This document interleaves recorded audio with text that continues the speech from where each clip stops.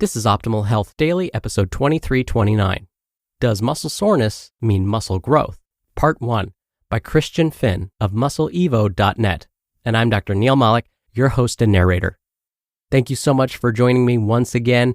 And today will be the start of one of our longer posts, which means I'll split the reading up between today and tomorrow's episodes. So with that, let's keep this intro nice and short and get right to part 1 as we optimize your life. Does muscle soreness mean muscle growth?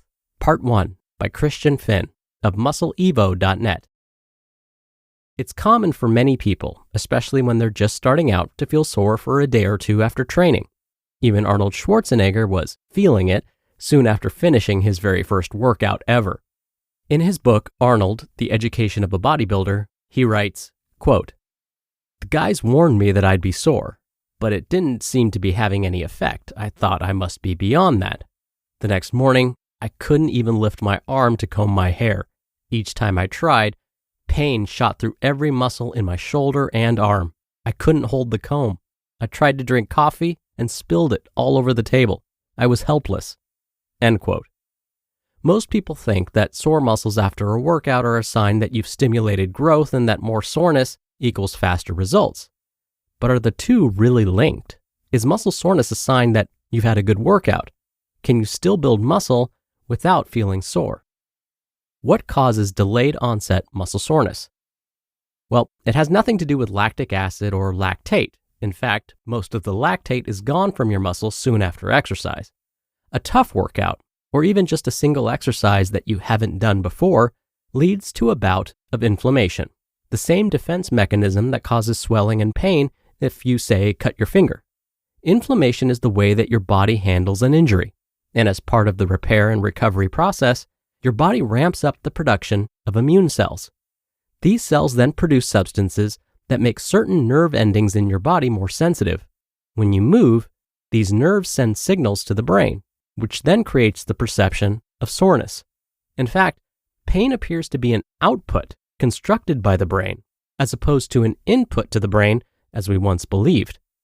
The nerve fibers that transmit pain are located mainly in the connective tissue found between muscle fibers, as well as the junction between the muscle and tendon.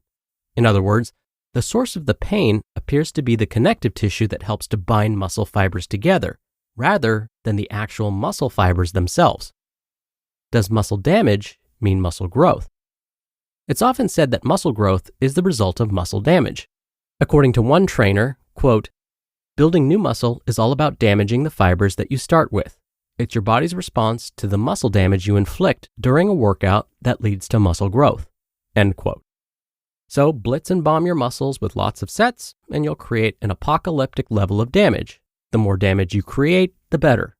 As a result, the muscle will adapt by making itself bigger and stronger. You went to the gym yesterday. Today your muscles feel sore. That must mean your workout was effective, right?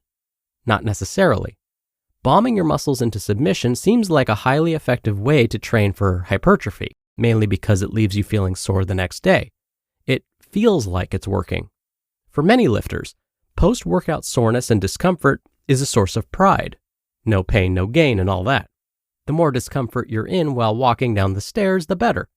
However, there's a surprising lack of research to show that an increase in muscle damage leads to a corresponding increase in muscle growth. Exercise can cause damage to muscle fibers, but there's very little evidence to show that muscle damage is a requirement for muscle growth.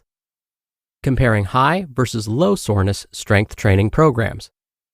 Brazilian researchers have shown that both high and low soreness programs lead to similar gains in muscle strength and size. They compared training a muscle once a week with a full body workout performed 5 times a week, Monday through Friday. Both groups did the same exercises and the same number of sets, with one key difference. The once-a-week group did 2 exercises per workout for 5 to 10 sets per exercise, while the full body group did 11 exercises for 1 to 2 sets per exercise. Both groups did 8 to 12 reps in each set. Subjects in the group that hit each muscle group once a week reported a much higher level of post-exercise muscle soreness. However, the researchers found no significant differences in terms of strength or size gains between the two groups. In other words, both the low soreness and high soreness training programs increased muscle mass and strength in similar ways. Here's how one group of researchers summarized the results of a study designed to test the theory that detectable damage is a necessary precursor for muscle growth.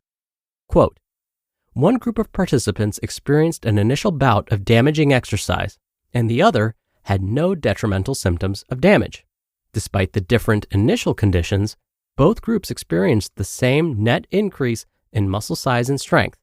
These results suggest that it is the total work done during training that impacts the final muscle remodeling, apparently independent of an initial triggering event. End quote. That said, while muscle damage isn't a requirement for growth, it may accelerate the process.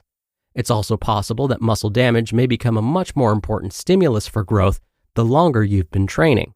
But even then, more damage won't automatically mean faster growth. If it does exist, any dose-response relationship between muscle damage and muscle growth is likely to be shaped like an inverted U, with the sweet spot found somewhere between too much and not enough damage. Put differently, there's going to be an optimal amount of damage, above and below which your gains will be compromised.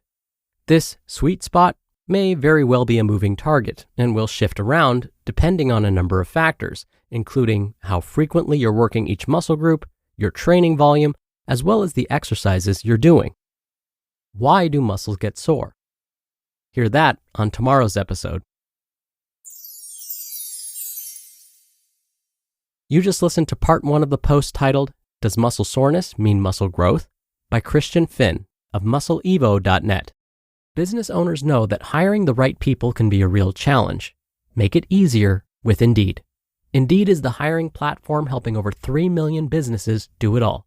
Attract, interview, and hire all in one place. Don't spend hours on multiple job sites looking for candidates. With Indeed's Instant Match feature, over 80% of Indeed employers find quality candidates the moment they sponsor a job. I especially love that if you invite these or any candidates of your choosing to apply, they are 3 times more likely to apply to your job than candidates who only see it in search. Start hiring now with a $75 sponsored job credit to upgrade your job post at Indeed.com/health.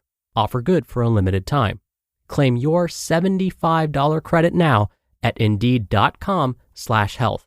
Just go to Indeed.com/health and support the show by saying you heard about it on this podcast. Indeed.com/health. Terms and conditions apply. Need to hire? You need Indeed. This episode is brought to you by Google Pixel, the official fan phone of the NBA and WNBA. The new Pixel 8 and Pixel 8 Pro are built different. How? Take the Audio Magic Eraser tool. It helps block out distracting crowd noise so your play-by-play commentary sounds crystal clear.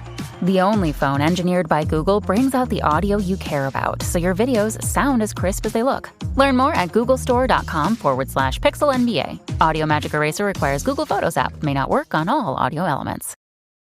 Dr. Neil here for my commentary. Once, one of my friends asked me, is it okay to feel sore after every workout? Is that a good thing? My answer frustrated him. My answer was almost exactly the same as what today's author Christian said in today's post. I told him that soreness is fine up to a certain point. He said, well, doesn't soreness mean that I'm building muscle? I said, yes, technically, but too much soreness can actually lead to permanent scarring of the muscle tissue. His response to that? Well, great. So I told him that the goal isn't to try and feel sore after every single workout.